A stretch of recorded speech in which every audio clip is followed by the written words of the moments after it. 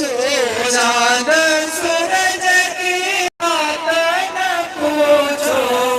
समय सदा मन से मेरे सतगुरु पधारे, मन से मेरे सतगुरु पधारे। पापर से मेरे मालिक पधारे, कृपा पर से मेरे स्वामी पधारे। आपर से मेरे समर्थ पधारे, दया पर से मेरे समर्थ पधारे।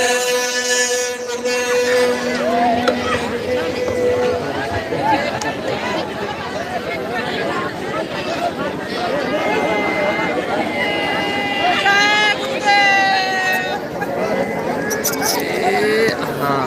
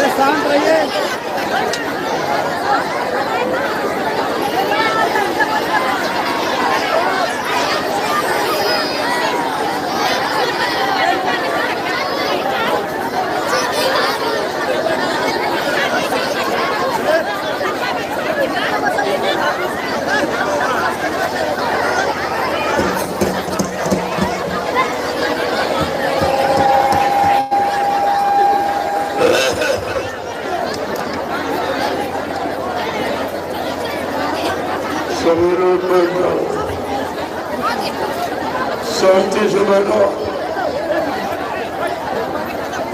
प्रणाम।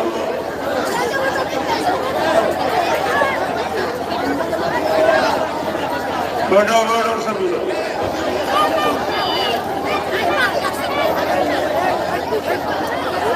देखो सत्संग हमेशा बैठ के आमने सामने रूबरू फेस टू फेस सुनना चाहिए, क्योंकि सत्संग दर्शनों का असर प्रभाव सीधे मन पे पड़ता, तब ये तुम्हारा मन गुनाहों को कबूल करता। मैंने कितना अच्छा किया, कितना बुरा किया, कितना पाप किया, कितना पुण्य किया, कितना शुभ किया, कितना अशुभ किया। वैसे शैतान मन किसी से मानने वाला नहीं है। इसने बड़े बड़े ऋषि मुनियों को, योगियों को, महर्षियों को, ब्रह्मचारियों को धराशायी कर दिया। ऐसा शैतान मन हमारे सबके मनुष्य मंदिर में रह रहा है। न हमने आपने आज तक इसको निकाल पाया है, न इस पर कोई नियंत्रण कंट्रोल ही कर पाया। और ये मन बराबर मनमानी किया करता है। जब जैसी इसके अंदर इच्छा उठी, कामना वासना तरंगे उठी, उसकी पूर्ति के लिए आपके शरीर को साथ में लेकर काम की इच्छा हुई तो काम की इच्छा को पूरी करा लिया, क्रोध की इच्छा हुई तो क्रोध की इच्छा को पूरी करा लिया, लोभ मोह अहंकार की इच्छा हुई तो लोभ मोह अहंकार को पूरा करा लिया। और तुम इस मन का कुछ नहीं कर सकते, और तुम्हारे अंदर बैठा। तो कितने युगों से ये अपनी हरकत कर रहा है।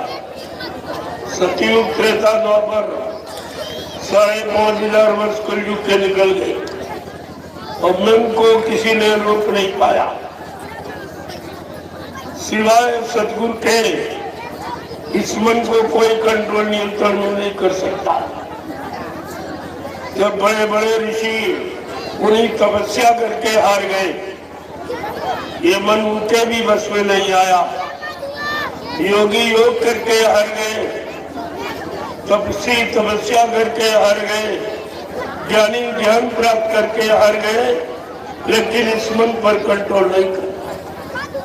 ये मन ने उनको भी नहीं बख्शा जिनको तुम भगवान कहते हो, और तारी शक्तियों को भी इस मन ने दबा के रखा। उनको भी रात पार धन दौलत मान सम्मान अधिकार में फंसा के रखा। जो बताइए ये हाल है तो हम सब कलयुग के कमजोर गंदे भोगी विलासी जीव कैसे मन पर कंट्रोल करेंगे। लेकिन सतगुरु ने कलयुग के जीवों पर दया की। संत सतगुरु यहाँ कभी नहीं आए, न सतयुग में आए, न त्रेता में, न द्वापर में। और 5,500 वर्ष कलयुग के निकल गए। अभी लगभग 750 वर्ष पूरे होने जा रहे हैं जब से संत नाम आपको सुनने को मिला। जब कबीर साहब आए उन्हीं से ये संत मत चला और संत नाम उन्हीं से सुनने को मिला। 4 वेद 6 7 18 पुराण 19 उपनिषद और 36 ऋचाएं जिनमें धर्म चर्चा वर्णित है, उनमें भी संत नाम नहीं। और आपको ये विचार करना चाहिए कि कलयुग में संत आए जो सबसे खराब युग। इतना खराब तो कोई युग नहीं, जबकि हमारी दृष्टि से कलयुग का यानी सबसे अच्छा जीव होना चाहिए। क्योंकि कलयुग के जीव के सामने 3 युगों का अच्छा इतिहास रखा। सतयुग का, त्रेता का, द्वापर का। अच्छी उम्र वाले, अच्छे मन की ताकत वाले, अच्छे इंद्रियों में संयम त्याग वैराग करने वाले, और अच्छा खान पान करने वाले, और अच्छी संग सुगत में रहने वाले, और अच्छे कर्म करने वाले। ऐसा इतिहास सामने रखा, लेकिन हम कलयुग के जीव सबसे ज्यादा खराब हो गए। इसका मतलब हमने किसी युग की शिक्षा, किसी युग की नीति, किसी युग के सिद्धांतों को माना ही। अगर माना होता तो आज कलयुग का इतिहास सबसे निराला होता, सबसे अच्छा होता, लेकिन ये सबसे खराब हो गया। तो हमने आपने किसी की बात नहीं मानी। कोई सच्ची अच्छी बात किसी की आपने नहीं मानी। न मानने का परिणाम सब बीमारी, महामारी, कष्टों में तकलीफों में, मुसीबतों में, लड़ाई झगड़ों में, दैवी प्रकोपों में, दुर्घटनाओं में, अकाल मौतों में सब फंस गए। अब कोई समय इससे मुक्त नहीं है और सब लोग रो रहे हो, चिल्ला रहे हो और तुम्हारी कोई सुनने वाला भी नहीं है। आप इस समय कितनी बड़ी मुसीबत में हो, ये किसी ने आपसे पूछा और पूछ करके किसी ने तुम्हारे दुख तकलीफ को दूर करने की दवा बताई, रास्ता बताया, इस रास्ते पर चलो तो तुम्हारे दुख तकलीफ, मुसीबत, बीमारी, महामारी ये सब खत्म हो जाएगी। कोई नहीं बताया, कोई आया नहीं। जिनको आपने चंदा नोट वोट दिया, महंगाई आपने भरी, टैक्स आपने दिए, जीएसटी आपने दी, लेकिन उनमें से कोई तुम्हारे पास नहीं आया कि तुम्हारी तकलीफ में, तुम्हारी बीमारियों में, तुम्हारी मुसीबत में कोई तुम्हारा सहयोग करे। अब तो आपको निर्णय ले लेना चाहिए कि जिनको हमने चंदा नोट वोट दिया, सारी सुविधाएं उनको दी, उन्होंने हमारी कोई सुविधा नहीं बनाई, हमारे जीवन के लिए कोई सच्चा रास्ता जीने का नहीं निकाला और हम सब मुसीबत में फंसते चले जा रहे हैं। न आपने किसी से कहा और न किसी ने आपकी सुनी और न कोई आपके लिए आया। अभी कोरोना काल में आपने देखा, तुम्हारी मुसीबत, बीमारी में कोई आया, किसी ने तुमसे पूछा कि भाई नहीं, हमने तुमसे चंदा नोट वोट दिया, सरकार बनाई है तो चलो तुम्हारी मदद कर दें? कोई नहीं आया। ये है प्राकृतिक प्रकोप, बीमारी नहीं है।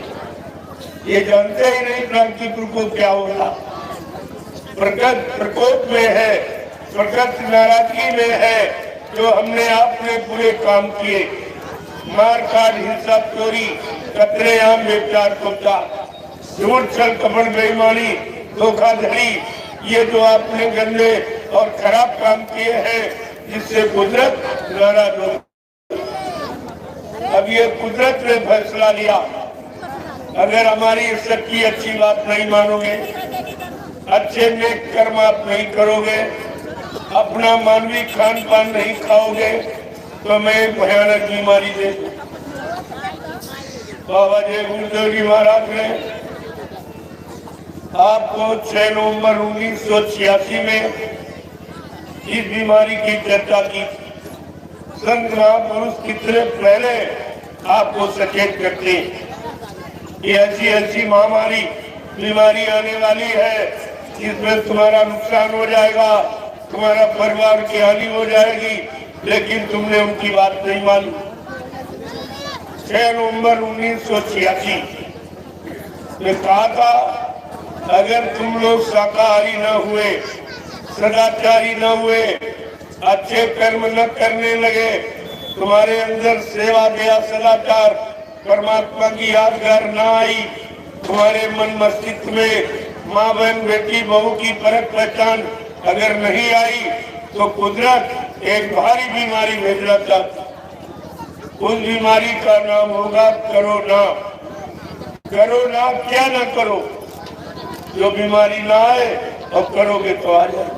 कोरोना का मतलब यही कि तुम अंडा न खाओ, तुम मुर्गा और मछली और बकरे का मुर्दा, गंदा मांस न खाओ, तुम बुद्धि नाशक कोई नशा, शराब का, गांजा, भांग का प्रयोग न करो, नहीं तो कुदरत नाराजगी में ऐसी बीमारी छोड़ रही है जिसमें एक मिनट घड़ी नहीं लगे कि गांव के गांव, मुल्क के मुल्क, शहर के शहर साफ हो जाए। अब आपने देखा कोरोना काल में करोड़ों चले गए और कुछ नहीं कर पाए। न प्रधानमंत्री कुछ कर पाया, न मुख्यमंत्री, न राष्ट्रपति, यानी न कोई तुम्हारा शासन प्रशासन, न वैद्य, डॉक्टर, हकीम मर्ज ढूंढ पाए। क्या कहते तो कोरोना है, जब तुम जान गए हो बीमारी ये है तो बीमारी की दवा बनानी चाहिए। सब अंदाजा इलाज, ये वैक्सीन, ये टीका, ये इंजेक्शन, ये सब लेकिन कुछ नहीं हुआ और करोड़ों चले गए। अभी ये समाप्त नहीं हुआ, लेकिन इन्होंने कोरोना काल में जो 3 महीने का लॉकडाउन किया, उससे देश 20 वर्ष पीछे चला गया। इनके बाद कुछ नहीं रहा, सब खत्म हो गया, क्योंकि इनकी बुद्धि बदला गई। जब आदमी रात दिन कमाता तब तो पूरा नहीं पड़ता था। इन्होंने 3-3 महीने के लिए दुकान बंद कर दी, व्यापार बंद कर दिया, बाजार बंद कर दिया, यातायात बंद कर दिए, न्यायालय कार्यालय विद्यालय बंद कर दिए, और आपको भी घरों में 3 महीने के लिए जेल की तरह बंद कर दिया। कोई नहीं बोला, हिंदुस्तान में कोई नहीं बोला, ना कोई नेता बोला, ना कोई महात्मा बोला, भाई ये क्यों कर रहे हो? हमने कौन सा गुनाह किया, कौन सा पाप किया, हमने राष्ट्र का देश का कौन सा नुकसान किया है जो हमको अपने घरों में जेल बना के बंद किया जा? हमारे परिवार चलाने वाले साधन खेती है, दुकान है, दफ्तर है, बिजली, व्यापार, मजदूरी, ये सब बंद कर दोगे तो हमारे बाल बच्चे क्या खाएंगे? परिवार कैसे चलेगा? लेकिन किसी ने न कहा, न तुम्हारी किसी ने सुनी, और अभी आप नहीं निर्णय ले पा रहे। तो मैंने देखा बीमारी आ रही, जब मैंने देखा चलो भाई बीमारी आ रही, ये जिम्मेदार लोग बीमारी का इंतजाम करेंगे, क्योंकि इन्होंने भारत की जनता से चंदा नोट वोट लिया है, महंगाई वसूली है, टैक्स लिए हैं, जीएसटी ली है, तो कोई न कोई भारत की जनता को ये सुख शांति जरूर देंगे। लेकिन कोई नहीं बोला और न कोई निकला, न किसी ने अपनी कुर्सी छोड़ी। तो ये बताओ तुम्हारी मदद कौन करेगा? न कोई नेता आया, न कोई महात्मा आया। जिनको आपने धनी दान दक्षिणा धोती रोटी लंगोटी ये सब आपने दी, तो महात्मा भी कोई नहीं आया। 1 करोड़ महात्मा इस समय हिंदुस्तान में है। काले नीले पीले लाल कपड़े पहनने वाला, दाढ़ी बाल रखने वाला, साफा तिलक गिरेऊ, चंदन बंदन लगाने वाला 1 करोड़, और कोई नहीं निकला। और ये सब तुम्हारी कमाई का अन्न खाते हैं, पैसा खर्च करते हैं, कपड़ा पहनते हैं, और अब कुछ नहीं करते। ये करते कुछ नहीं। तो इनसे कहो आपने हमारा अन्न खाया है, तुमने कोई पूजा की है, कोई भक्ति की, जरा अपनी भक्ति की शक्ति का परिचय दो, हमारी आने वाली बीमारियों को रोक दो, परेशानियों को खत्म कर दो, दुख दर्द को दूर कर दो, यारी लारी चलाई झगड़े समाप्त कर दो, और मतलब यानी माँ बहन बेटी की परख पहचान इंसानों के दिल में आ जाए, ऐसा धार्मिक संदेश देने लगो। लेकिन न तुमने कहा, न किसी ने किया। तो ये मुसीबत कैसे जाए? बहुत भारी मुसीबत आने वाली। मैंने देखा तुम्हारी मदद के लिए कोई नहीं, तुम्हारी चिंता किसी को नहीं, और वास्तव में तुमने पढ़ा नहीं है चिंता किसको होती है? साधु संत महात्माओं। लाख दया कोमल सी संता, संतों के हृदय में दया उठी, क्योंकि उनकी जीवात्मा इन मनुष्य शरीरों में है।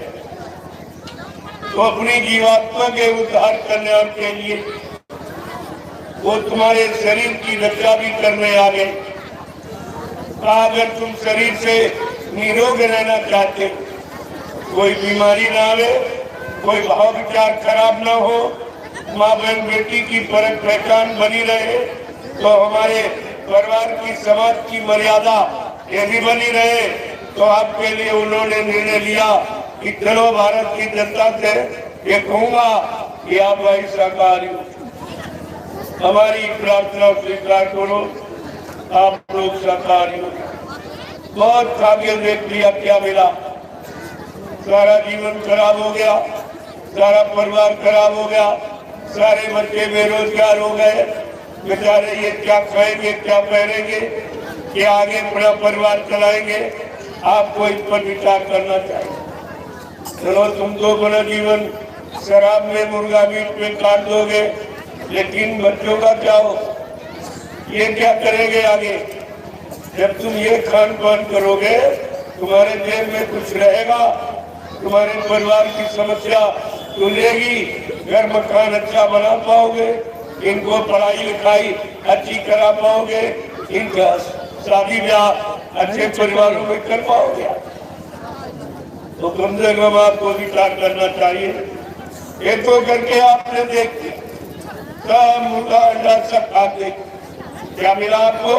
बीमारी मिली, परेशानी मिली, तकलीफ मिली, दुख मिले आपको, तरह तरह की लड़ाई झगड़े आप में होने लगे, दुर्घटनाएं होने लगी, हाथ पैर टूटने लगे, गर्दन कटने लगी, लोग मरने लगे। ये सब क्यों हो रहा? केवल एक ही कारण है, जो आपका खान पान सही। हमारे भारत देश का ये धार्मिक नियम है, जैसा करो आहार वैसे बने विचार, जैसा खाओ अन्न वैसा बने तन मन, जैसा पीओ पानी वैसी हो बीमारी। ये हिंदुस्तान का नियम, ये धार्मिक व्यवस्था का नियम है प्रभु। अगर आपको दूध पिलाया जाए तो गाली देंगे, जूस पिलाया जाए, शरबत पिलाया जाए, अगर शराब पिला दी तुरंत बुद्धि खराब, और सब खराब काम की शुरुआत शराब से। जितने खराब काम हिंदुस्तान में, सारे खराब कामों की शुरुआत शराब से होती। शराब जैसा घातक नशा कोई नहीं, जो बुद्धि को पागल कर देता और माँ बहन बेटी बहू की पहचान खत्म हो जाती। फिर आप कितना जघन्य अपराध करेंगे, उसकी कितनी बड़ी सजा मिलेगी कि अब कभी आपने बैठकर ये सोचा है? महात्माओं ने आपके लिए चिंता व्यक्त की और ये निदान समाधान निकाला, इनकी बीमारी महामारियों का, इनके दुख तकलीफों का, इनके तरह तरह के कष्ट मुसीबतों का कुछ समाधान, कुछ निदान कुछ है कि नहीं है? तो उन्होंने निकाला कि अगर इनका आहार शुद्ध हो जाए तो इनके विचार शुद्ध हो जाएंगे, जब विचार शुद्ध हो जाएंगे तो कर्म शुद्ध हो जाएंगे, तब कर्म शुद्ध हो जाएंगे तो परिणाम अच्छा मिलेगा, तब आपको परिणाम रिजल्ट अच्छा मिलेगा। ये सब आपको विचार करना चाहिए। तो मैं 88,000 ऋषियों की तपोभूमि नैमिषारण सीतापुर उत्तर प्रदेश से ये जय गुरुदेव आध्यात्मिक जन जागरण शाकाहारी काफिला लेकर निकला और साथ में महाप्रसाद आपके, जो हिंदुस्तान में किसी ने आपको कभी नहीं दिया। इस तरीके से तुम्हारे गांव में, तुम्हारे दरवाजे, सड़कों पर ऐलान करके किसी ने आपको प्रसाद नहीं दिया होगा। और ये प्रसाद तमाम तरह की बीमारी, महामारी, कष्टों में आपकी मदद करेगा। लेकिन कोई आया नहीं, ना कोई महात्मा निकला, ना कोई नेता निकला, क्योंकि प्रसाद बनाना ये सबके बस की बात नहीं। रवियों प्रसाद बनाया नहीं जाता, प्रसाद खरीदा नहीं जाता। प्रसाद जिसने अपने सदगुरु को खुश कर लिया और उनके आदेश हुक्म का पालन करके उनके बच्चों को अपने जीवन का आधार बनाकर, जिसने अपने समृद्ध सदगुरुदाता दयालु को खुश कर लिया, वो उनकी दुआ दया किसी वस्तु में यानी शामिल करके आपको लाभ दिला सकता। ये प्रसाद वो बनाते, ये सबके बस की बात नहीं है। इसीलिए कोई प्रसाद लेकर आपके आया, प्रसाद खरीदा नहीं जाता। जैसे आप डिब्बा खरीद के ले गए और पंडा पुजारी को तीरथ में मुहूर्त में दे दिया, तो उसने तुम्हारे डिब्बे से थोड़ा निकाल के तुम्हें वापस कर लिया और पूरा डिब्बा अपने पास रख दिया। लेकिन तुमको अपनी तरफ से अपना खर्च करके, अपनी शक्ति का प्रयोग करके आपकी सुख शांति के लिए किसी ने आज तक आपको हिंदुस्तान में प्रसाद नहीं दिया होगा। ये सृष्टि का पहला काम है। अब तो मेरी कोई नकल भी नहीं कर सकता। पहले तो नकल कर लेते तो थोड़ी बहुत, क्योंकि अभी ये सृष्टि का प्रश्न है। सृष्टि का गुरु भक्ति का, अगर गुरु भक्ति करके किसी ने शक्ति प्राप्त कर ली, वो है सब अपने गुरु की दुआ या किसी वस्तु में शामिल करके जीवों को लाभ दे सकता। ये प्रसाद वो बना था, इसलिए मैं ये प्रसाद भी मैं उत्तर प्रदेश से करा आपके बनारस में कार्यक्रम किया इसी तरह, वही से मैंने प्रसाद बांटना शुरू किया और बांटता में रांची पहुंचा झारखंड। वहाँ एक सप्ताह का आध्यात्मिक सत्संग करके वहीं से मैंने आपके बिहार के लिए प्रस्थान किया।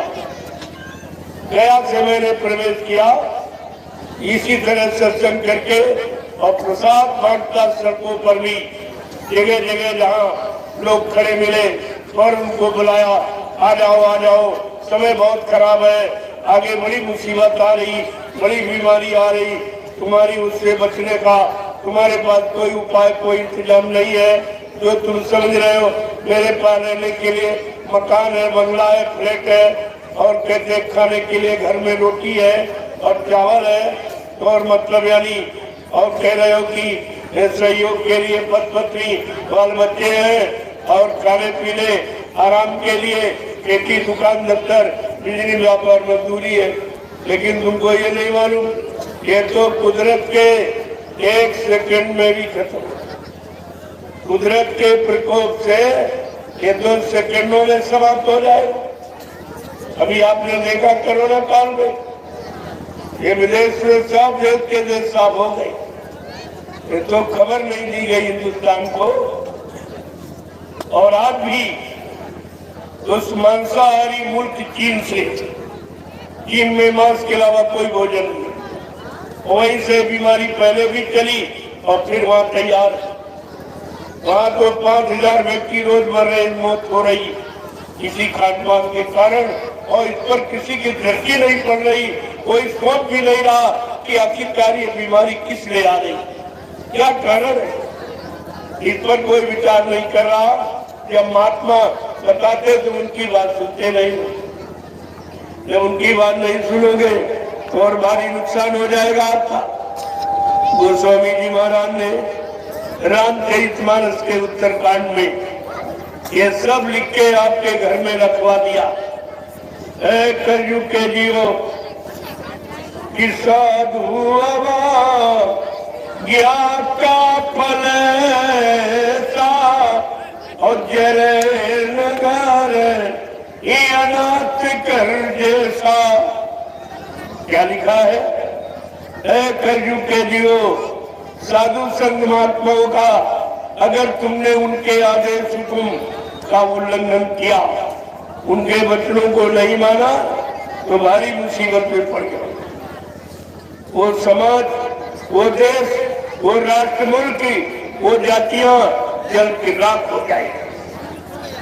जल के जैसे लकड़ी राख हो जाती है, ऐसा तुम्हारा परिवार समाज जल के राख हो जाएगा अगर तुमने समय के साधु संत महात्माओं की बात को न माना। साधु महात्मा किस लिए आते हैं?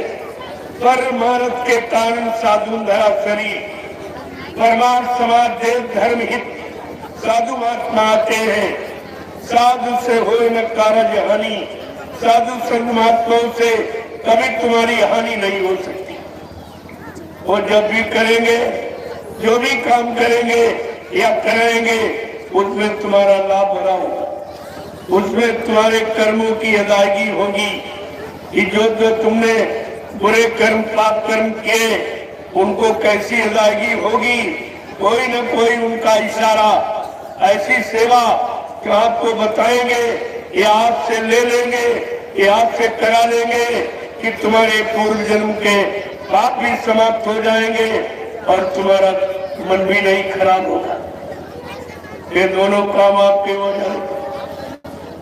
तो प्रेमियों, मैं तो आपको प्रसाद देके आया, आपके गांव में पीने आया हूँ। आज तक कोई नहीं आया होगा जब से तुम्हारा गांव बना होगा। ये जब से गांव बसा होगा कोई आया? इस तरह तुम्हारे दुख तकलीफ में, बीमारी महामारियों में कोई तुम्हारे गांव प्रसाद लेके आया? क्योंकि प्रसाद बनाना किसी को मालूम, ये काम किसी के बस का नहीं। कभी तो अच्छे और सत्य की पहचान होगी कि नकली महात्मा कौन है, असली कौन है, जो जीवों के दुख तकलीफ मुसीबत को दूर कर दे, परेशानी दूर कर दे और मतलब यानी बीमारी महामारियों से इनको अलग कर ले, इनको बचा ले, इनको सुरक्षित रखे, उसे महात्मा कहेंगे। महान आत्माएं ऐसे ही जनहितकार करती, वो लेने के लिए नहीं आते, देने के लिए आते। सब कुछ आपको देते और दया भी देते, आपको बुद्धि ज्ञान भी देते, जिससे तुम कोई गलत काम न कर, उस गलत काम की सजा पाने के अधिकारी न बन सके। ये सब काम आपका। तो हम तो आज से प्रार्थना करेंगे कि आप धर्मात्मा महात्मा तो नहीं बन पाए, त्यागी तपस्वी नहीं बन पाए, सच्चे ईमानदार चरित्रवान नहीं बन पाए, तो मेरी प्रार्थना स्वीकार कर लो, आप शाकाहारी बन जाओ। शाकाहारी बनने में कोई खर्चा नहीं, बल्कि जो धन आप गंदे खान पान में बर्बाद करते हो, वो धन तुम्हारा बच जाए, तुम्हारे बाल बच्चों के पढ़ाई लिखाई में काम आवे, शादी ब्याह में काम आवे, घर मकान बनाने में काम आवे। महात्मा सब तरफ से तुम्हारी मदद करना चाहते, लेकिन आप दुनिया ऐसी बाबरी, कोई ग्राहक न पटिया, कोई लेने वाला नहीं है। ये सस्ता सौदा और सच्ची शिक्षा, इसमें आपको कुछ नहीं खर्च करना और लाभ आपको इतना जो कई पैसे खर्च करके भी नहीं मिलेगा, वो लाभ आपको देने आए। तो आपको समय रहते अपना लाभ ले लेना चाहिए, अपना काम बना लेना चाहिए। जो समय से अपना काम बना लेता है वही समय का बुद्धिमान व्यक्ति कहलाता।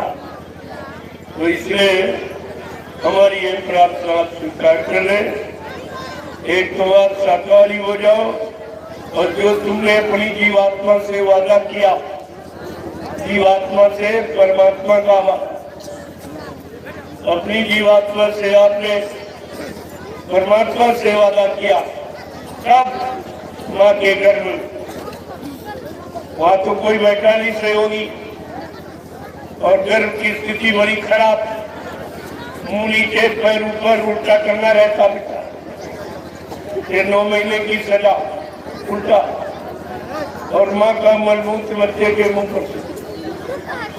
आवाज सोचिए कितनी गंदगी बदबू, कितनी तकलीफ होगी, कितनी असह वेदना पीड़ा ही होगी। वहाँ तो कोई मदद करने वाला आपकी जीवात्मा का बैठा नहीं, न कोई फरियाद सुनने वाला बैठा, और वहाँ जीवात्मा ने किसको बुलाया, किस नाम से कहा, तो गोस्वामी जी महाराज ने रामचरितमानस के उत्तरकांड में लिख के बताया कि जीवात्मा ने क्या वादा किया कि अब प्रभु कृपा करो यही भांति और सब काज भजन ने कर्म तीन राती। आपने ये वादा किया, क्या वादा किया? हे प्रभु, सीताराम राधे श्याम शंकर भगवान हनुमान देवी देवता का नाम लेके जीवात्मा ने वादा नहीं किया, बड़े साफ साफ शब्दों में है कि जीवात्मा ने प्रभु नाम का वादा। अब प्रभु कृपा करो यही बाकी, जो भी तुम्हारे पास सच्ची ताकत हो, विधि और तरीका, हमारा ये काम कर दो, इस गर्भ के नरक कुंड से बाहर कर। जब मैं बाहर जाऊंगी तो दिन रात तुम्हारा भजन करूं। आपने भजन का वादा किया, पूजा में फंस गया और पूजा में आपको कुछ मिला नहीं। कितने दिन से आप पूजा कर रहे, उसका बोलना, कोई देवी मिली, कोई देवता मिला, कोई भगवान खुदा घाट मंदिर मस्जिद गिरजाघर गुरुद्वारों में मिला, ये तो कोई मिला ही नहीं। तुम बुलाते रहे, चिल्लाते रहे, सामान चढ़ाते रहे, खर्च भी करते रहे, समय खर्च किया, पैसा खर्च किया, लेकिन आपको मिला कुछ। जब देने वाला नहीं मिला तो देगा, और अब भी आप समझ नहीं पाए हो। अरे संसार में कोई काम करते हो, अगर लाभ मिलना मिले तो काम करोगे। जैसे आप खेती करते हो, खेती में अगर अनाज या सब्जी पैदा ना हो तो आप करोगे। नौकरी करते हो, अगर तनख्वाह वेतन न मिले तो आप करोगे। व्यापार दुकान करते हो, मुनाफा न हो तो आप करोगे। लेकिन ये पूजा वाला काम 3 युगों से कर रहे हो और कुछ नहीं मिला, और फिर भी अभी तक समझ नहीं पाए हो। तब तुम्हें समझाने के लिए, जब तुमने संत महापुरुषों की बात को नहीं माना, तब ये कुदरत समझाने के लिए खड़ी हुई, और कुदरत ने फैसला लिया कि लॉकडाउन में, कोरोना काल में तुम्हारे पूजा स्थल को सब ताले लगा दिए। मंदिर में, मस्जिद पे, गिरजाघर गुरुद्वारों में, धर्म स्थलों में सब में ताले लगा दिए। क्या ये काम कभी हिंदुस्तान में हुआ? कोई बादशाह ने, कोई सम्राट ने, कोई शासक ने, कोई प्रधानमंत्री और राष्ट्रपति मुख्यमंत्री ने ये काम किया। लेकिन इन्होंने क्या किया? तुम्हारे सारे पूजा स्थलों को बंद कर। एक तो तुम कुछ अच्छा करते ही नहीं थे, थोड़ा बहुत मंदिर में गए तो थोड़ा बहुत तो कुछ करते ही थे सामने रहकर, एक भी आपका बंद हो गया, वो भी छूट गया। फिर ये बताओ, अच्छा और सच्चा काम तुम कहाँ करोगे? नेक काम कहाँ करोगे? जब अच्छा काम, नेक काम, भला काम नहीं करोगे तो तुम्हें लाभ कौन दे देगा? बिल्कुल आपने विचार नहीं किया, और इस पर कोई नहीं बोला। न कोई मंदिर का पंडा पुजारी बोला, न मस्जिद का कोई मुल्ला मौलवी बोला, न मतलब यानी एक गुरुद्वारे का कोई ग्रंथी बोला, न गिरजाघर का कोई पादरी बोला। सब चुप, सबकी जबान बंद। किसी ने नहीं कहा अरे भाई ये क्यों कर रहे हो, ये तो हमारे देश में कभी नहीं हुआ। इतने बड़े बड़े बादशाह आए और बड़े सम्राट आए और बड़े शासक और प्रधानमंत्री मुख्यमंत्री आए, लेकिन ये काम किसी ने नहीं किया। एक तरफ मंदिर, मस्जिद, गिरजाघर, गुरुद्वारों को बंद किया, मंदिर का घंटा संघ बंद करा दिया, और कहा थाली लोटा बजाओ। तुम मजा नहीं लगे, तुम तो कुछ समझते ही नहीं हो। और उसने जान लिया कि भारत की जनता बिल्कुल अज्ञान है, जो मैं कहूँगा वही ये करने लगेंगे। तुम्हें ये कहना चाहिए, मंदिर मस्जिद जो गिरजाघर गुरुद्वारों में जो घंटा संघ मुद्दतों से बजा, कितने युगों से बजाया जा रहा, वो तुमने ताला लगा के बंद करा दिया। अब थाली लोटा बजाने से क्या होगा? इससे क्या होगा? और क्या हुआ इससे? उसने तुम्हारी बुद्धि का परिचय दिया कि हिंदुस्तान में कोई बुद्धिमान है कि नहीं, कोई जानकार, कोई समझदार है कि नहीं। तो उसने आपकी परीक्षा ले ली और कहा ये सब बुद्धि निकली। किसी में कोई बुद्धि, कोई सोचने की शक्ति, कोई विवेक है ही नहीं। जो मैं कहूँगा वो ये करेंगे, इसलिए वहीं से उसने मनमानी शुरू कर दी। तो आपको गर्भकाल में बंद कर दिया। अरे जेल खाना सबके घर बन गए 3 महीने के, और आप कुछ नहीं कहा, भाई क्यों बंद कर दिया? तुम्हारी दुकान, व्यापार, बिजनेस सब बंद।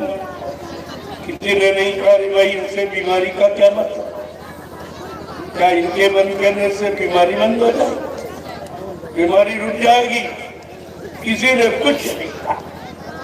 और फिर रेल और मोटर यातायात सब बंद कर दिए गए, इनसे बीमारी का क्या मतलब? क्या इनको बंद करने से बीमारी बंद हो जाएगी? और इसके बाद विद्यालय और कार्यालय और न्यायालय सब बंद। इनके बंद करने से मतलब क्या निकलेगा?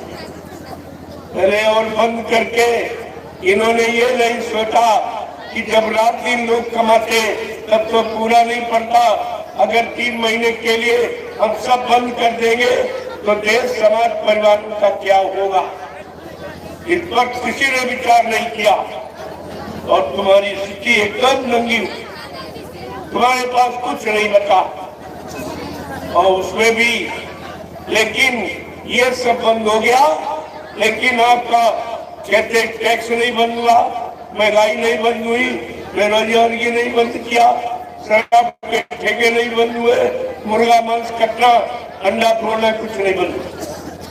ये नहीं बंद हुआ जो बंद करना चाहिए, जिससे मानव की बुद्धि खराब होती है, मानव का शरीर रोगी बन रहा, तमाम तरह की बीमारियां नई नई पैदा हो रही, इस पर किसी ने विचार नहीं किया और न आपके लिए किसी ने कुछ सोचा। तो आप बताइए तुम्हारा हमदर्दी कौन? इस समय तुम्हारा हमदर्दी, तुम्हारा सुचिंतक, तुम्हारा रहबर रहनुमा है कोई दिखाई दे रहा? और ऐसी बीमारी आई, उस बीमारी का केवल इन्होंने भय पैदा कर, इतना भय पैदा कर दिया कि पत्नी पति को छूना नहीं चाहती। कहा तुम्हारी कोरोना, न छूना चाहती, न घर में रखना चाहती, न देखना चाहती, न सेवा करना चाहती। ये नफरत जो सबसे बड़ा संबंध पत्नी का होता, उस संबंध में कितनी बड़ी इन्होंने दूरियां बढ़ा दी और एक दूसरे से सब अलग। बाबा जी ने बहुत पहले कहा था एक ऐसा समय आएगा, एक दिन सबके दाढ़ी में आग लगेगी। अब महात्माओं के इशारे बड़े दूरदर्शी होते, लोग इस बात को नहीं समझ पाए। दाढ़ी में आग लग मतलब का कि एक दिन परेशानी सबके पास आ जाए तो कौन किसकी देखेगा? सबको अपनी अपनी पड़ी होगी, अपनी बुरा बुझाएंगे कि तुम्हारी परेशानी हटाएंगे। ये उद्देश्य रखकर उन्होंने कहा, लेकिन उनके वचनों को कोई समझ नहीं पाया, उनके इशारों को कोई पहचान ही नहीं पाया कि आखिरकार महात्मा ऐसा क्यों कह रहे हैं, क्या होने वाला है। और आपके सामने आ गया, ये बीमारी ऐसी आई, कोई किसी को छूना पसंद नहीं कर रहा, देखना पसंद नहीं कर रहा और उसमें इन लोगों ने अपना व्यापार चला लिया। जब तुम अपने पति पत्नी की लाश देखना छूना चाहते नहीं हो, रखना चाहते नहीं हो, लेना चाहते नहीं, अब उन्होंने क्या किया, तमाम के यानी गुर्दे निकाल लिए और किडनी निकाल ली और कीमती पुर्जे शरीर के सब निकाल के बेच ली। ये व्यापार हो गया। कोरोना कोरोना कुछ नहीं, ऐसा व्यापार था और आप नहीं समझ पाए। उस व्यापार में एक और बड़ा व्यापार हो गया कि जो 4 इंच का कपड़ा तुम्हारे मुंह पे लगा, क्या कपड़ा लगाने से बीमारी चली जाए? अगर कपड़े से बीमारी चली जाए फिर ये वैक्सीन टीके क्यों लगवाए, तरह तरह की दवाइयां क्यों बेच रहे, इतने लोगों को क्यों भ्रमित कर रहे? जब तुमको उपचार मिल गया कि मुंह पे कपड़ा लगा दो तो ये बीमारी नहीं आएगी, लेकिन तुम्हें ये नहीं मालूम मुंह पर अगर कपड़ा बांध दिया जाएगा तो तुम सही आप ले पाओगे। जब ऑक्सीजन और स्वस्थ वायु आपको नहीं मिलेगी तो आपके फेफड़े कमजोर हो जाएंगे, एक बीमारी और तैयार हो जाएगी, डॉक्टरों का काम और मिल जाएगा, दवाएं और बिकने लगेगी। ये सब व्यापार, ये भारत की जनता के साथ सब व्यापार हो रहा और कोई कहने वाला नहीं। जब मैंने आपके बक्सर जिले बिहार में कोरोना के तुरंत बाद पर एक कार्यक्रम किया, एक अपार भीड़ हुई जंगल में, इतने लाख लोग इकट्ठा हुए, सब जगह खबर फैल गई बाबा जी वहाँ कार्यक्रम कर रहे हैं, वहाँ लाखों की भीड़ है, कोई मास्क नहीं लगाए हैं और कुछ नहीं, तो सबको चिंता हो। स्वास्थ्य मंत्री है सब, मंत्री सब दौड़ पड़े, कहे बाबा जी आपने मास्क नहीं।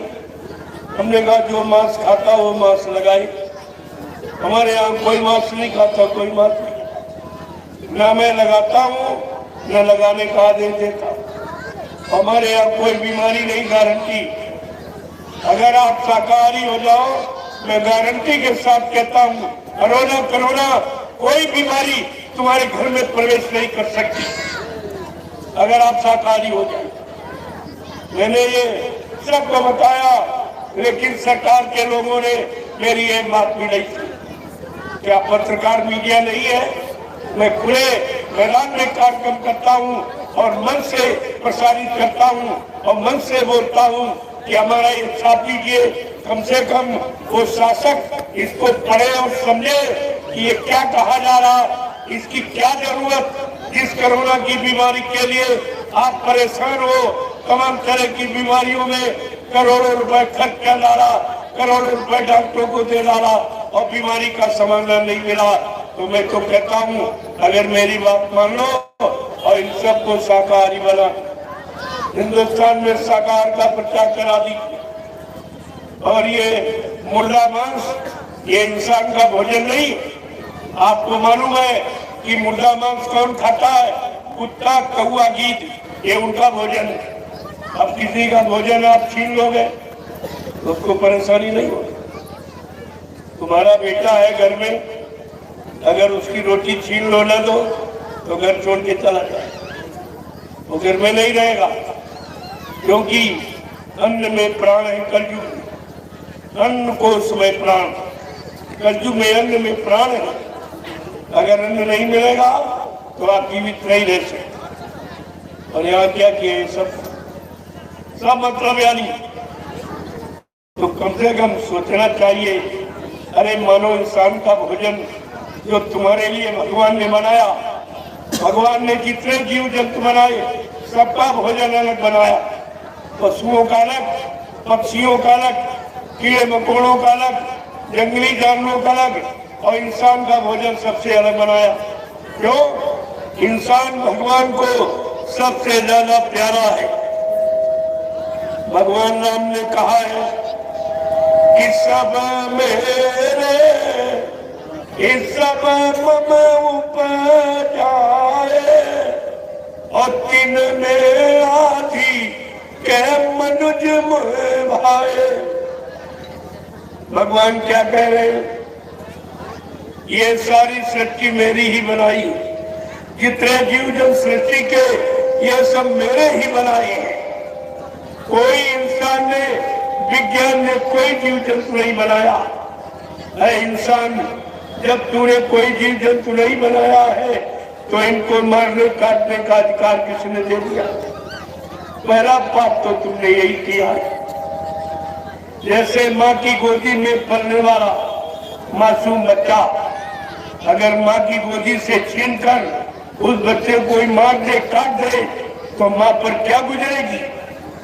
उसी तरह ये धरती माँ की गोदी में ये पलने वाले जीव जंतु, इनको आप काटोगे, मारोगे, सताओगे तो धरती माँ की क्या दशा होगी? प्रेमियों, अगर कहीं धरती माँ नाराज हो गई और उसने अगर कहीं करवट ले ली तो ये सब रसातल में चला जाएगा, ये कुछ नहीं बचेगा आपके लिए। तो कम से कम ऐसा कोई काम मत करो जिससे धरती माँ नाराज हो। मैं आपसे यही प्रार्थना करने आया और आपको महाप्रसाद देने आया। ये दोनों काम कोई नहीं बताएगा और न कोई बचने का उपाय प्रसाद आपको देगा। ये काम कोई हिंदुस्तान में नहीं, किसी ने किया ही नहीं कभी। और इतने सड़कों पर और मकानों और बुला बुला के किसी ने प्रसाद आपको दिया ही नहीं, पूरे जीवन में आपको नहीं मिला और कभी नहीं मिला। लेकिन आज जरूरत देखी गई, आवश्यकता देखी गई कि अभी जनता को बचने का इनके पास कोई उपाय नहीं है और इसमें मेरी जीवात्मा बैठी। अब मेरी जीवात्मा का ये मकान है, तो मकान अगर गिरने से बच जाए तो जीवात्मा काफी दिन इसमें सुरक्षित रहे, भजन कर लेगी, सत्संग कर लेगी, सेवा कर लेगी, ये सब अच्छे सच्चे नेक भले काम कर लेगी। इसलिए इस मकान को बनाने के लिए, बचाने के लिए महात्मा निकल पड़ी और आपको ये महाप्रसाद लेके आए।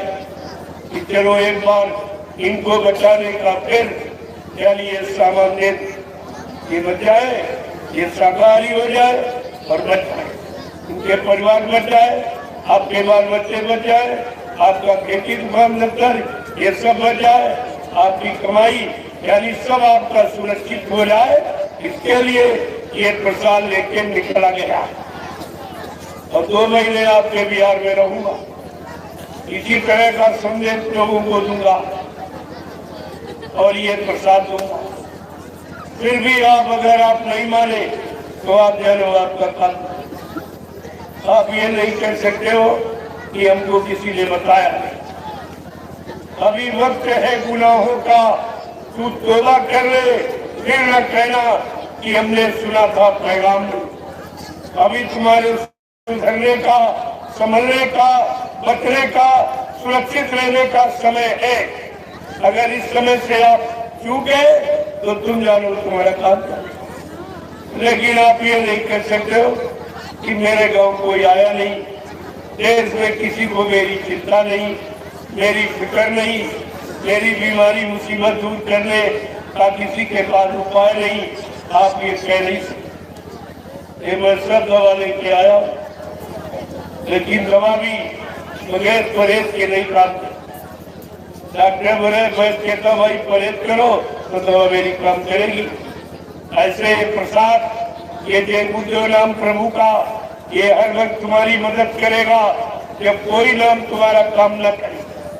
मुसीबत आपत्ति पर, बीमारी महामारी में आप सबको याद करो पहले, जिनको आपने अपना बनाया, जिनकी आपने पूजा की, तरह तरह से श्रम समय पूंजी आपने खर्च की, पहले मुसीबत में उनको याद कर। जब कोई देवी देवता भगवान खुदाघाट तुम्हारी मदद करने के लिए न तैयार हो, तब ये जय गुरु नाम प्रभु का इसको याद करो। आपको पता चल जाएगा कि कलयुग के दिनों के लिए समय का कौन सा नाम है। पिछले युग वाले नाम काम करेंगे, इस समय का नाम काम करेगा। मैं ये नहीं मानूं समय का डॉक्टर, समय का मास्टर, समय का आचार्य गुरु ही काम करेगा। जो बहुत अच्छे आए थे और चले गए, उनसे आपका काम नहीं, उनकी फोटो से काम नहीं होगा, उनका नाम लेने से काम नहीं होगा। काम समय के यानी समय के महापुरुष से होगा। जो आपके काम के लिए आए और बाबा जी ने आपसे वादा भी किया कि मैं तुम्हारी जीवात्मा के कल्याण के लिए भी आया हूँ। तुम्हारा पारिवारिक, सामाजिक जीवन, व्यवहारिक जीवन वो सुखमय शांतिमय बनाने आया हूँ। ये दोनों काम कहा था, मैं कलयुग को भगाऊंगा और सतयुग को लाऊंगा। इसका मतलब जानते हो, कलयुग मारे बुरा समय, लड़ाई झगड़े का, बेचार छुटकार का, गंदे खान पान का, गंदे कर्मों का ये समय समाप्त हो जाएगा। एक अच्छा समय, सच्चा समय आपकी सुख शांति के लिए आ जाएगा। उसी को कहते हैं कलयुग जाएगा और सतयुग आएगा। फिर कहा मैं न्याय, सुरक्षा, रोजी रोटी की व्यवस्था बना के दूंगा। क्या 70 साल में किसी ने बनाया? लेकिन बाबा जी क्या वादा कर रहे हैं, मैं न्याय, सुरक्षा, रोजी रोटी की व्यवस्था बना के दूंगा, सबको शाकाहारी बनाऊंगा, सबकी जीवात्मा को जगाऊंगा, परमात्मा से मिलाऊंगा। अगर ये काम करके मैं न दिखा दूं तो इस बाबा को कुदरत ने अभी देखा, जब लोग नहीं माने बाबा जी की बात तो कुदरत ने पूछा था, एक चुटकुला छोड़ा, करोड़ों चले गए दूध लिया, पता नहीं लगा करोड़ों, कोई दवा नहीं काम, कोई डॉक्टर नहीं, कोई मर्द नहीं, कोई पहचान नहीं, कुछ चले। और फिर ये नहीं आप मानोगे तो दूसरी उससे बड़ी बीमारी आ गई। उसी बीमारी का मैं उपचार समाधान लेके आया हूँ कि चलो एक बार इनको बचा लो। अगर ये शाकाहारी हो जाए, हमारी बात मान ले तो ये बच जाएंगे। तो इनको महाप्रसाद दे दो। तब ये प्रसाद बना के आपके लिए लाया और मुफ्त में बांटा। कोई बदले में ऐसा पैसा नहीं लिया जाए, ये भी काम किसी ने नहीं किया। आप प्रसाद खरीद के ले जाते मंदिर में, मूर्ति में, तीर्थ, लेकिन तुम्हें कोई अपनी तरफ से प्रसाद बना कभी नहीं, न किसी ने दिया और न कोई दे सकेगा। प्रसाद बनाना किसी के बस की बात नहीं है। ये एक पहली पहचान है। तभी तो आप, क्योंकि इस समय तो करोड़ों साधु महात्मा बन गए। अब कौन अच्छा कौन सच्चा है, कौन असली है कौन नकली है, ये तो पहचान अभी हो ही जाएगी। इसी महामारी में ये सब पहचान हो जाएगी। इस महामारी को रोकने वाला कौन, और विश्व युद्ध की जैसी समस्या खड़ी होने जा रही, इसे कौन रोकेगा, वो समय का महापुरुष कहलाएगा। रंगियों वो महापुरुष हो जो इन सब को रोक देगा, सारी व्यवस्था को उलट पलट देगा, इधर से उधर, वो समय का महापुरुष कहलाएगा। उसके कहेंगे ये सच्चा सद्गुरु, ये सच्चा अनामी महाप्रभु है, इसने एक अनोखा अद्वितीय विलक्षण परिवर्तन करके दिखा दिया। आपको ये सब सोचना चाहिए। इसलिए प्रेमियों, संत महापुरुष आपको जगाते ही रहते और आप सोते रहते, मन से भी, तन से भी, इंद्रियों से भी, बुद्धि चित्त से भी आप सोते ही रहते। कभी उनके वचनों को, इशारों को आप न मानते हो, न जानते हो, न पहचानते हो। यही तुम्हारे दुख मुसीबत का कारण बन गया।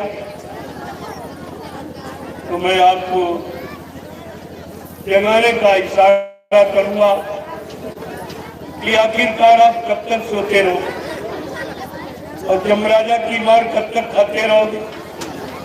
ये पापों का गठन कब तक बांध के अपने सिर पे रखे रहोगे। ये कुछ उतारोगे कि नहीं उतारोगे, ये बोझा कब तक ढोते रहोगे। 3 युग निकल गए ढोते ढोते, अब ये अवसर मिला है। अगर अब की बार न चेते तो फिर ये मौका आपको कम, अब की चेते फिर 84। अगर अब की नहीं चेत पाए, ये 4 लाख नरकों की योनियों में आप फिर चले जाओगे। पता नहीं फिर आवन हो न हो, ये मानव तन मिले मिले न मिले, मानव तन के जान का संत महात्मा फकीर मिले न मिले, वो दया करे न करे, ये कोई जरूरी नहीं। इसलिए कलयुग के जीवों के लिए बड़ी साफ हिदायत है कि अब की बार जो भजन भक्त से चूके, इनके मुख जब पल पर फूके, ऐसी कुगति होगी सबकी जो नहीं धारो सदगुरु अपनी, और सदगुरु बिना कोई नहीं बाँचे, और नाम बिना 84 नाते, नाम रहे संतो अधीना, और संत बिना कोई नहीं चीना। समय के नाम की पहचान न ज्ञानी को, न ध्यानी को, न विज्ञानी को, केवल संत महापुरुषों को। कौन सा नाम जीवों के लाभ के लिए आएगा, काम करेगा, इनके संपूर्ण दक्तित्वों को मिटाएगा, वो कौन सा नाम होगा। इसलिए मैं एक ही प्रार्थना करूंगा। वैसे जब मुसीबत आती है तब तो लोग याद करते ही, और आप मुसीबत में भी याद नहीं कर पाते। महापुरुषों ने इशारा करके कहा था कि दुखों की अगर चोट खाई न होती, दुखों की अगर चोट खाई न होती, तुम्हारी प्रभु याद आई न होती। दुख में सुमरन सब करे, सुख में करे न कोई।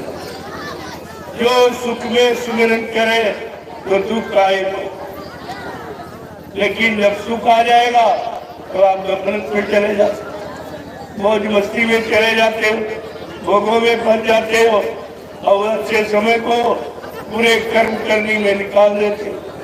फिर आगे फिर दुख आ जाता है तो फिर रोने लगते हो।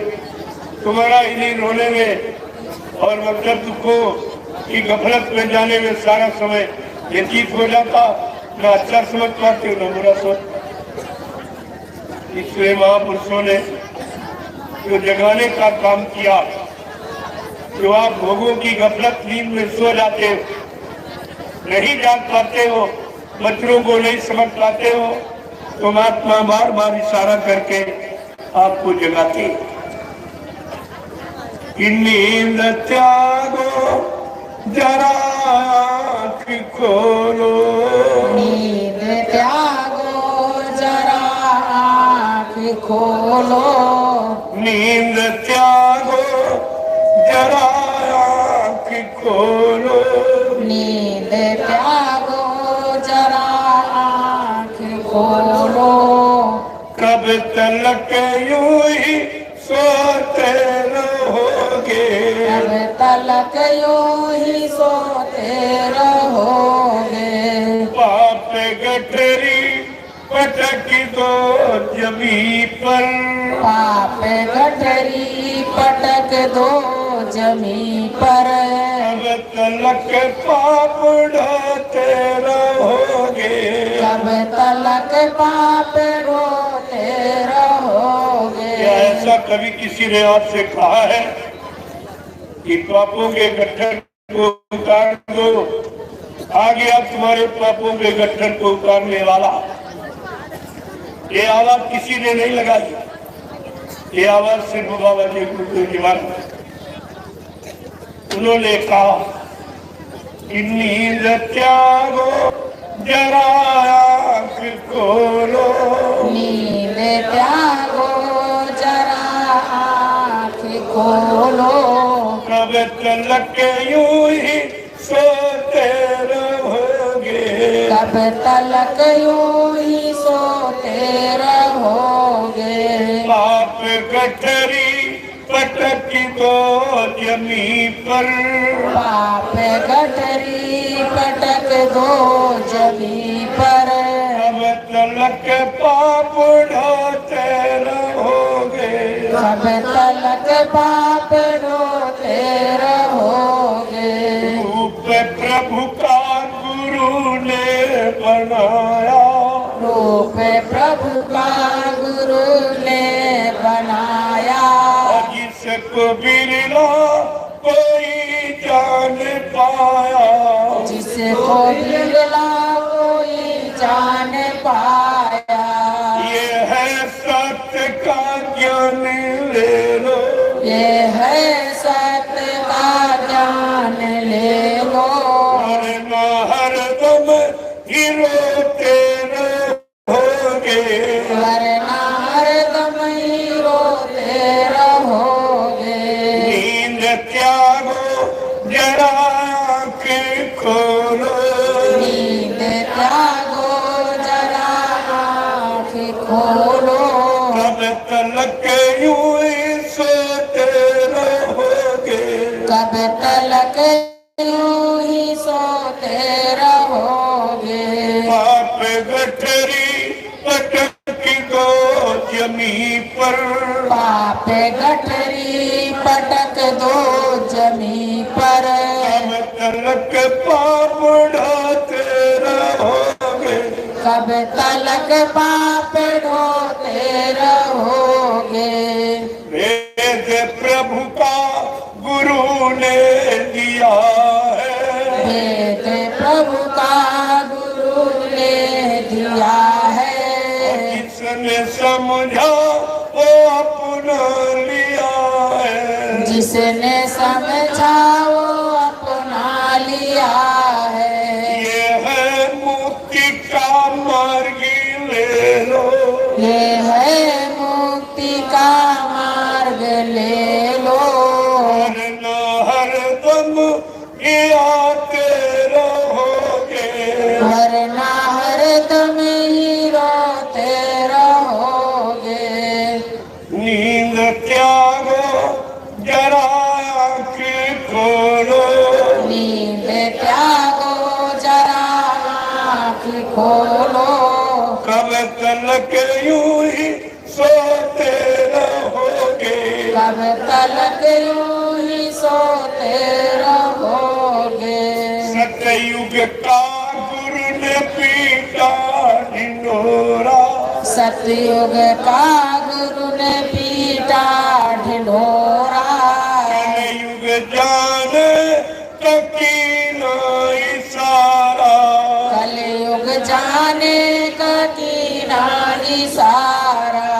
दुनिया वालों समझ लो इसे तुम, दुनिया वालों समझ लो इसे तुम, वक्त की मार खाते रहोगे, वक्त की मार खाते रहोगे।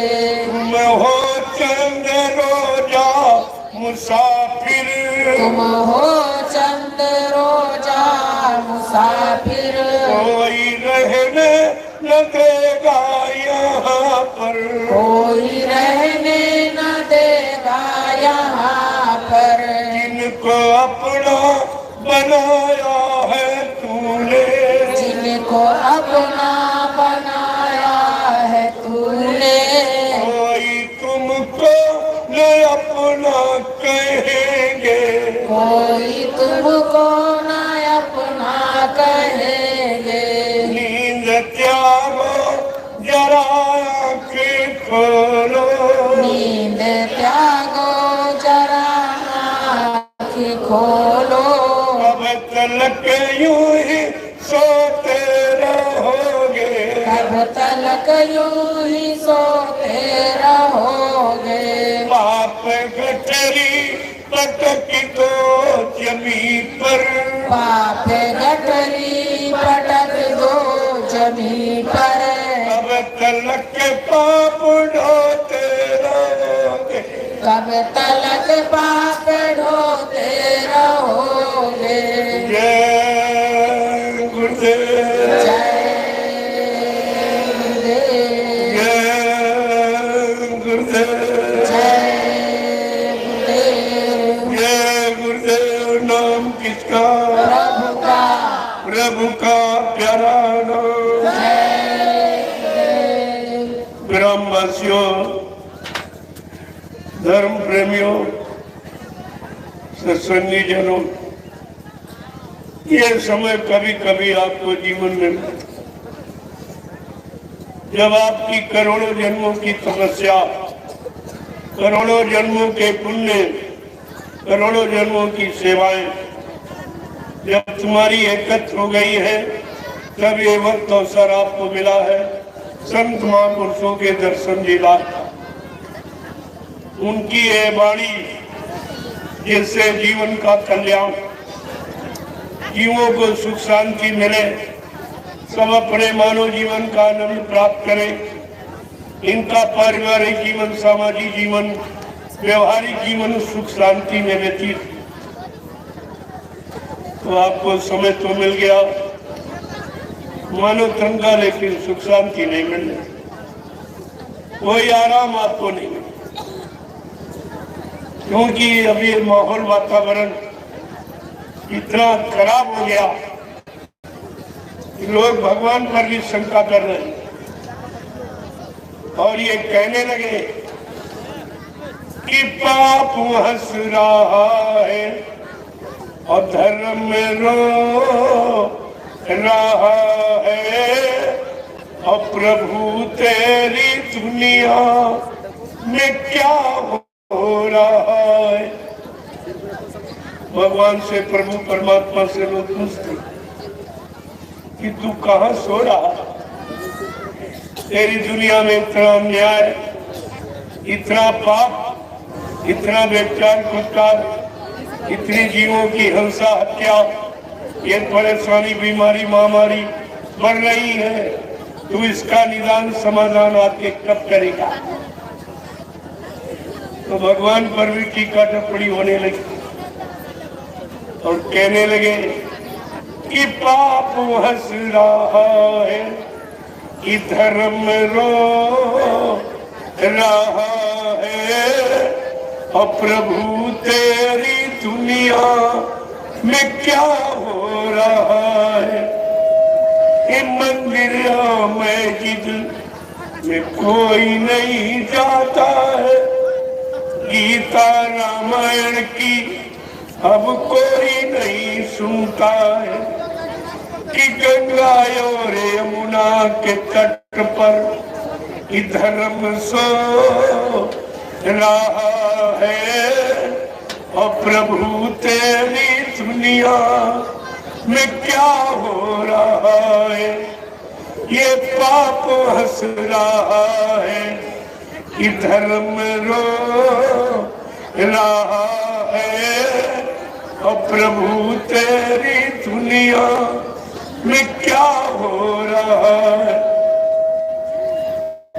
देखो कितनी बड़ी बात महापुरुषों ने इशारा करके बताया। जो तुम्हारे धर्म स्थल थे, जहाँ तुम अच्छा और पुण्य करने के लिए जाते थे, आज वहाँ पर भी पुण्य अच्छा समाप्त, वहाँ पर भी सब गलत हुई। कहीं पर अच्छे काम करने की आवाज नहीं आ रही। सब जगह से मार काट, हिंसा, चोरी, कत्लेआम, व्यभिचार, कुत्तार, दुर्घटनाओं के सिवा कोई आवाज आपको नहीं मिली। लेकिन ये प्रभु से पूछा जा रहा है कि माता पिता की घर में कोई नहीं मान्यता है। अब तो हर घर में देखो नारी ही की चलता है। माता पिता की घर में कोई नहीं मानता है। अब तो हर घर में देखो नारी ही की चलता है।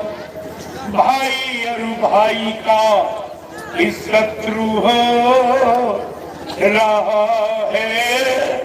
और प्रभु तेरी दुनिया में क्या हो रहा है। देखिए कितनी बड़ी बात है। धर्म के लिए भगवान राम को रावण से लड़ाई लड़नी पड़ी। धर्म के लिए भगवान कृष्ण को महाभारत करना पड़ा। आज वही धर्म एकदम समाप्त। मानो इंसानों के दिलों से धर्म चला गया। मानवता इंसानियत चली गई। प्रेम प्यार मोहब्बत सेवा दया सदाचार परमात्मा की यादगार चली गई। मानव के मन मस्तिष्क में माँ बहन बेटी बहू की परख पहचान चली। ये माहौल कितना खराब है।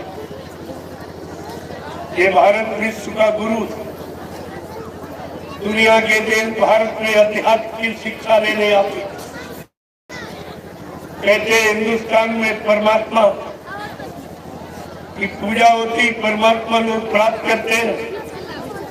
क्योंकि विश्व में जितने भी देश भारत को छोड़कर सारे देश भोग भूमि के नाम से जानेगा और भारत देश योग भूमि के नाम से प्रसिद्ध है। और आपने उसको खत्म कर दिया। पाश्चात्य सभ्यता को अपना, जो पाश्चात्य देशों की सभ्यता, इनका गंदा खान पान, इनकी गंदी भाषा और इनके गंदे काम और गंदे पहनावा वेशभूषा जब से आपने अपनाई है, ये भारत देश भी दुख और कष्ट और मुसीबतों में घिर गया। बीमारियों के चपेट में आ गया। अगर आपने पाश्चात्य देशों की नकल न की होती, अपने ऋषि मुनियों महात्माओं की नीति, उनके सिद्धांत वसूलों पर चलते रहते, तो आज भारत देश का नक्शा कुछ अलग ही होता। आपने बिल्कुल किसी की बात नहीं, एकदम बौखला गए। और बौखलाने पर क्या हुआ, अपना सारा चीज आपने नुकसान। सबसे बड़ा नुकसान चरित्र का होता। जिसके बाद चरित्र बल है, उसके बाद सब। लेकिन आज चरित्र में आग लगा दी गई। चरित्र को किसी की चिंता ही नहीं है। जो तुम्हारा असली धन चरित्र बल असली बल है। जिसके बाद चरित्र बल है उसके सामने काम क्रोध लोभ मोह छोड़ भागे मैदान।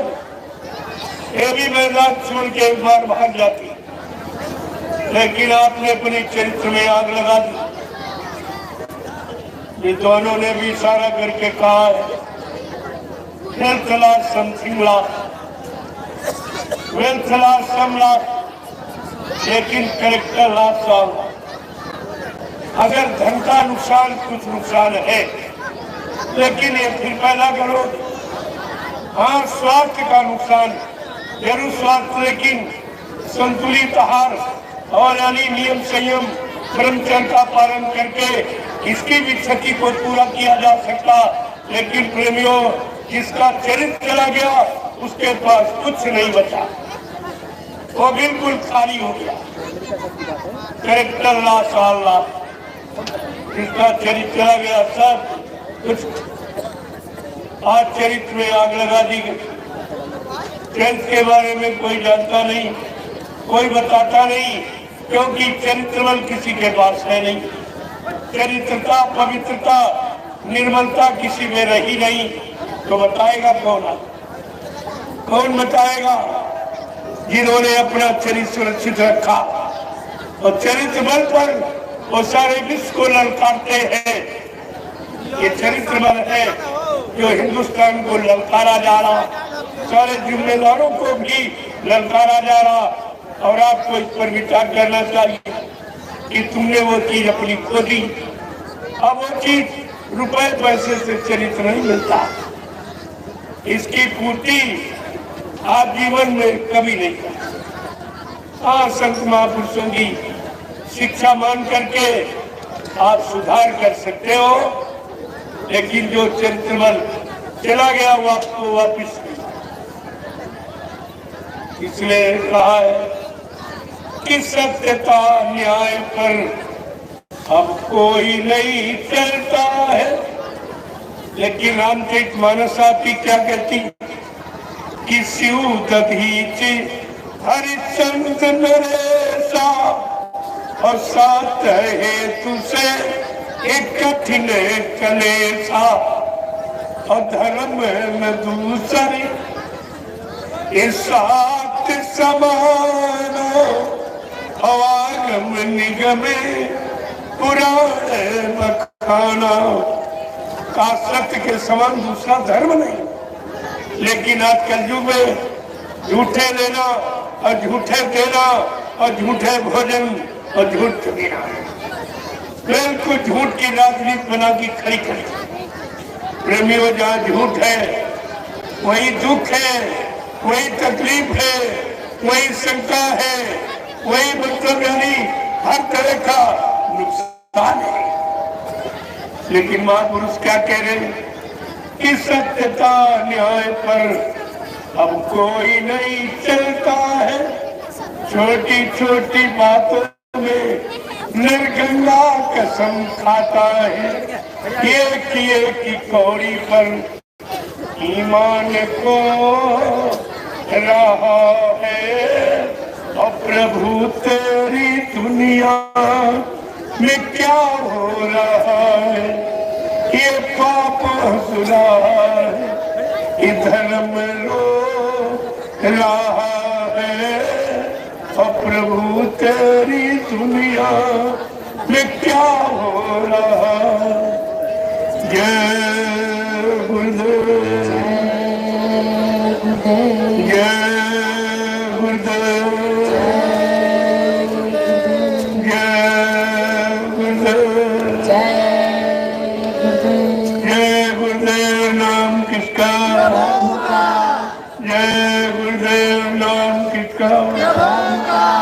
जय गुरुदेव। नाम किसका? प्रभु का प्यारा नाम।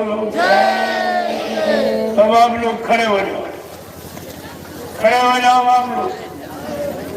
बहुत देर से बैठे लोगों उतना सुनाऊंगा जितना हजम कर सकते। अब पहले जैसा नहीं जो 4-4 5 घंटे 4-4 5 5 दिन एक ही जगह सुनाता था। अब मैंने वो बंद कर दिया क्योंकि तुम्हारी याददाश्त बड़ी कमजोर है। जब बाबा जी ने 40-60 साल आपको मथुरा में सुनाया तब तो आपने कुछ याद ही नहीं रखा, सब भूल गए। बाबा जी को भूल गए, उनके बच्चों को भूल गए, उनके वादों को सब भूल गए आप। और ये 10 साल से मैं आपको सुना रहा हूँ, ये फिर से आपको ये रिन्यू किया जा रहा तुम्हारा ताजा, जो तुम भूल गए हो उन बच्चों को फिर से ताजे करो। ये समय आपको एक बार फिर दिया जा रहा। अगर अब की चूके तो फिर 84 लाख, फिर 4 खान 84 लाख नरकों के नियों में चले जाओगे, फिर तुम्हारा निकलना बड़ा मुश्किल हो जाएगा। अगर अब की बार चूक गए आप तो ये अवसर आपको दोबारा दिया गया कि गुरु के वचनों को याद कर लो। उन्होंने जो जो कहा कि मैं परिवर्तन करने आया हूँ, परिवर्तन करके ही जाऊंगा। कारण हमें इस परिवर्तन से न रोक सकता है, न मेरा काम कोई कर सकता है। फिर आप कैसे भूल गए? बाबा जी ने कितना बड़ा एक चैलेंज किया कि मैं जो परिवर्तन करने आया हूँ, कलजू भगाने सज्जू लाने, इसको न कोई कर सकता, न मेरे इस परिवर्तन को कोई रोक सकता। तो आपको तो समझना चाहिए कि धरती मंडल पर कोई ऐसा इंसानी शक्ल में पैदा नहीं हुआ कि ये काम का कोई कर सके, या उनको कोई इंसान अपनी यानी शारीरिक शक्ति से उनको रोक सके। ऐसा कोई पैदा ही नहीं हुआ। इतना बड़ा चैलेंज धरती पर किसी ने नहीं किया। और आप सब भूल गए हो, बाबा जी ने भी कहा था, बच्चा न मुझे कोई मार सकता, न मुझे कोई धोखा दे सकता, न मुझे कोई धन दौलत सामान से खरीद सकता। मैं अपना काम करने आया हूँ, काम करके ही जाऊंगा। अगर जरूरत पड़ी अपने काम को पूरा करने के लिए तो इसी शरीर में 400 वर्ष तक रहूंगा और काम करके ही जाऊंगा। ये वचन आपको ध्यान रखने चाहिए कि बाबा जी ने हमारे लिए कैसे कैसे वादे किए, लेकिन हम आप उनके एक वादे को याद नहीं रख पाए तो गुरु से अलग हो गए और गुरु में शंका कर दी। कुछ स्वार्थी लोभी लालचियों ने ये झूठा प्रचार हिंदुस्तान में कर दिया कि बाबा जी शरीर छोड़ के चले। अपने स्वार्थ लोग लालच के लिए झूठा ये 5 लोगों ने किया। तुम 45 करोड़ क्या करते हैं? तुम्हारी जबान नहीं खुली, तुम गुरु के वचनों को भूल गए कि बाबा जी ने कहा था, मैं किसको मैंने नाम दान दिया, जब तक इनकी जीवात्मा को धन नहीं पहुंचा लूंगा, मैं मानव शरीर को छोड़ के जाने वाला नहीं हूँ। ये सब आपके सामने वादा किया गया, लेकिन आपने गुरु के किसी वचन को संभाल के नहीं लिखा और आप भूल गए तो कितना बड़ा नुकसान आपने कर दिया। जो दया मिल रही थी उससे वंचित रह गए आप। अब तुम कहाँ जाओगे? इस दरबार में झांकोगे ताकोगे जो आपको दया मिल सके। प्रेमी ये सब विचार करना होगा और एक न एक दिन आपको आना ही पड़ेगा। बाबा जी ने पहले भी कहा था, अभी महात्मा समझा रहे, सुना रहे, सब तरह से तुमको मना रहे, तुम्हारे पाप कर्मों में सेवाओं के द्वारा करा के माफी दिला रहे। अगर तुमने संत महापुरुषों के वचनों को न माना, उन पर न विश्वास किया तो पीछे कुदरत खड़ी है, अपने एक जन्म से 200 करोड़ का वारा लेना सेकंडों में कर देगी। और ये जितने जिम्मेदार काले नीले पीले हरे लाल झंडे लिए घूम रहे, ये अपने अपने झंडों को फेंक कर अगर तुम्हारे जयपुर प्रभु नाम के झंडे के नीचे अगर ना जाए तो इस बाबा को बाबा मत कहना। कितनी बड़ी सच्चाई थी, लेकिन आपने अपने गुरु की सच्चाई को पानी में फेंक दिया और आप दर की ठोकरें खा रहे, तुम्हारी कोई सुनने वाला नहीं। जय गुरुदेव, जय गुरुदेव, जय गुरुदेव, जय गुरुदेव। नाम किसका? जोर से बोलो, मिल बोलो, बोलना होगा, से बोलो, दर्द हरेंगे, कष्ट मिटेंगे, शांति भी देंगे, सबके दाता, सबके मालिक, प्रेम से बोले, ये नाम नहीं इंसान का, ये काम नहीं इंसान का। ये काम इंसानों के बस का नहीं, चाहे राजनीति का हो, चाहे धर्मनीति का, परिवार नहीं। इसीलिए बाबा जी ने पहले ऐलान किया, हुई है संत राज भारत में, अब बताए बची है ना। बाबा जय गुरुदेव की वाणी तब दिखाई पड़ी है। हाँ, ये सब आपको देखने को मिलेगा, जो जो आपसे बाबा जी ने वादा किया, लेकिन तुम भूल गए हो। तुम्हारी समझ में आया नहीं कि गुरु किस काम के लिए आता है, कौन सा काम करके ही जाता है। इस बात को आप भूल गए और लोगों ने आपको भूल भ्रम में डाल दिया अपने स्वार्थ लोभ लालच के कारण, और तुम गुरु की सच्ची बात नहीं पकड़ पाए और चेलों की झूठी बात आपने मान ली। ये तुम्हारा ज्ञान है, ये तुम्हारी समझ है, तुम्हारी बुद्धि, ये तुम समझ ही नहीं पाए। मैंने लोगों से पूछा कि आप मथुरा जाते थे, कहते हाँ, तो तुम गुरु को देखने जाते कि चेलों को देखने जाते? तुम गुरु का दर्शन करने जाते थे कि चेलों का दर्शन करने जाते थे? तुम गुरु का आदेश सुनने जाते थे कि चेलों का आदेश सुनते थे? गुरु की मानने गए कि चेलों की मानने गए थे? तुम गुरु भक्ति करने गए थे कि चेला भक्ति करने गए थे? ये सब चेला भक्ति में लगे, गुरु भक्ति बोल गए, गुरु की बात समझ में नहीं आई और चेलों की बात समझ में आ गई। अब बेचारे सब ये फंस गए। अब इनको वो लाभ तो मिलने वाला है नहीं।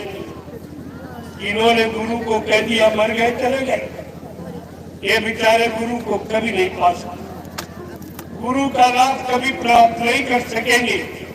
गुरु की दया से ये हमेशा वंचित ही रहे। ये कितनी बड़ी बात। जब मैंने अभियान शुरुआत किया, ठीक 10 दिन बाद, यानी 2012 18 मई 2012 ये लीला हुई, मैंने ठीक 10 दिन बाद ही तुरंत मैंने अभियान जारी कर दिया। सबसे पहले मैं दिल्ली गया, वो मतलब यानी प्रेमियों ने प्रधानमंत्री गृह मंत्री को ज्ञापन दिया, उनसे रिसीविंग ली और 1.5 घंटे मैंने मीडिया से वार्ता किया। मीडिया ने ट्रूथ चैनल खोला, पत्रकारों ने कैमरे खोले, लेकिन आज तक छापा निकाला कुछ। मैंने कहा अगर आप सुनवाई कार्रवाई नहीं करोगे तो मैं 1 सप्ताह के बाद फिर आ जाऊंगा। कोई सुनवाई कार्रवाई नहीं की। मैं 1 सप्ताह के बाद 500 कर्मियों को लेकर फिर उसी जंतर मंदिर भूमि के नाम से जो जानी जाती दिल्ली में पहुंच गया, जहां लोग भारत सरकार से न्याय मांगने जाते। मैं प्रेमियों ने प्रधान राष्ट्रपति को यानी मतलब ज्ञापन दिया, उनसे रिसीविंग ले ली। मैं 4 महीने बैठकर भारत सरकार का इंतजार किया कि बाबा जी की मौत के बारे में भारत सरकार कोई न कोई सही निर्णय जरूर ले ली, लेकिन प्रेमियों आज तक कोई निर्णय नहीं। तब मैंने निर्णय ले लिया कि गुरु की सच्चाई को सारे हिंदुस्तान में गुरु प्रेमियों के कान तक पहुंचाऊंगा। मैं 10 वर्ष से ये पूरा अभियान चला रहा हूं पूरे हिंदुस्तान में। मेरे अभियान का आधार है गुरु उसी शरीर में जीवित है, ये आधार हमारा है। और जो कहते गुरु चले गए, ये दुर्भाग्य तुम्हारा है। इसी आधार को लेकर प्रेमियों मैंने पूरे हिंदुस्तान में गुरु की हकीकत का पर्दाफाश किया और इनकी सारी पोल को मैंने खोल दिया और झूठ सिद्ध कर दिया। इलाहाबाद हाई कोर्ट ने 17 अक्टूबर 2017 में ये फैसला ले लिया। इन दोनों को नकली माना गया और बाबा जी को जीवित माना गया है। मैंने कहा तुम कहाँ जाओगे, मैं तुम्हारे पीछे तो नहीं पड़ेगा। इच्छा उठेगी, जानने की जिज्ञासा पैदा होगी तो आपको सब बता दूंगा। लेकिन आप ये समझो ये फिर मुंह दिखाने का भी रहेंगे। ये हिंदुस्तान के लोगों को क्या मुंह दिखाएंगे, ये संगत को क्या मुंह दिखाएंगे, ये गुरु के सामने कैसे खड़े हो पाएंगे। इसलिए मैं एक बार परिवार के नाते इनको भी मौका दे रहा हूँ। तुम भी जाग जाओ, चेत जाओ, अभी समय है। वो दयालु है, जब सबको उन्होंने माफ कर दिया, बड़े बड़े गुनाहों को, चोर डकैतों को, कतलियों को माफ कर दिया और मारा पकड़ा के उन्हें साधु बना दिया, तो तुम्हें भी माफी मिल जाएगी। लेकिन समय से अगर तुम्हें भी माफी मिल जाएगी, लेकिन समय से अगर आप नहीं जागे और अपनी हरकत बंद रखी गुरु को बदनाम करने वाली, तो फिर ये सजा से कोई मुक्त नहीं करेगा। जय गुरुदेव, जय गुरुदेव, जय गुरुदेव। नाम किसका, जय गुरुदेव। नाम किसका, प्रभु का प्यारा नाम। सतयुग कौन लाएंगे, विश्व में शांति कौन लाएंगे,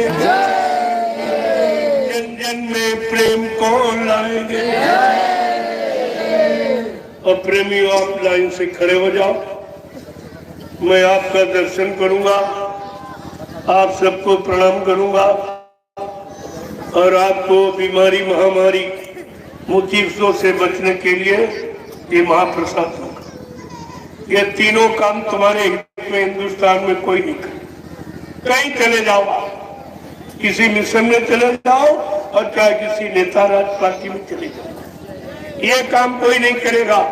न तुम्हारा कोई दर्शन करेगा, न तुमको कोई प्रणाम करेगा, न तुमको मुसीबत आपत्तियों से बचने का कोई प्रसाद देगा। ये काम कोई नहीं करेगा।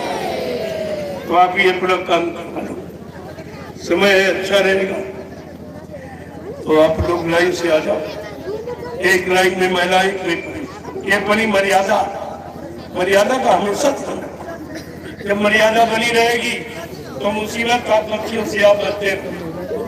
आपने मर्यादा को खत्म की है, सारी मर्यादा, सारी हया का पर्दा आपने उठा दिया है, तो ये सब चीज तुम्हारे पास से चली। चलो आप जय गुरुदेव।